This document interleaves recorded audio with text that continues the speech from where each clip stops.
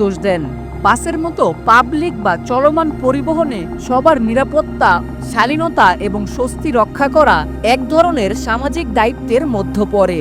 বিশেষ করে স্লিপার বাস যেহেতু রাতের যাত্রায় ঘুমিয়ে যাওয়ার সুযোগ দেয়, সেখানে আরও সংবেদনশীলতা প্রয়োজন।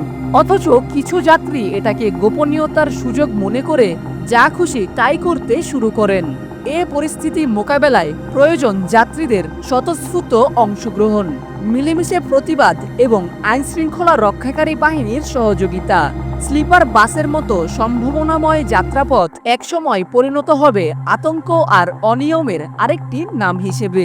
তাই সময় থাকতে সবাইকে সচেতন হওয়া প্রয়োজন। প্রতিবেদনটি ভালো লেগে থাকলে আপনার ফেসবুক টাইমলাইনে শেয়ার করুন এবং খবর রূপান্তর পেজটি ফলো করতে ভুলবেন না।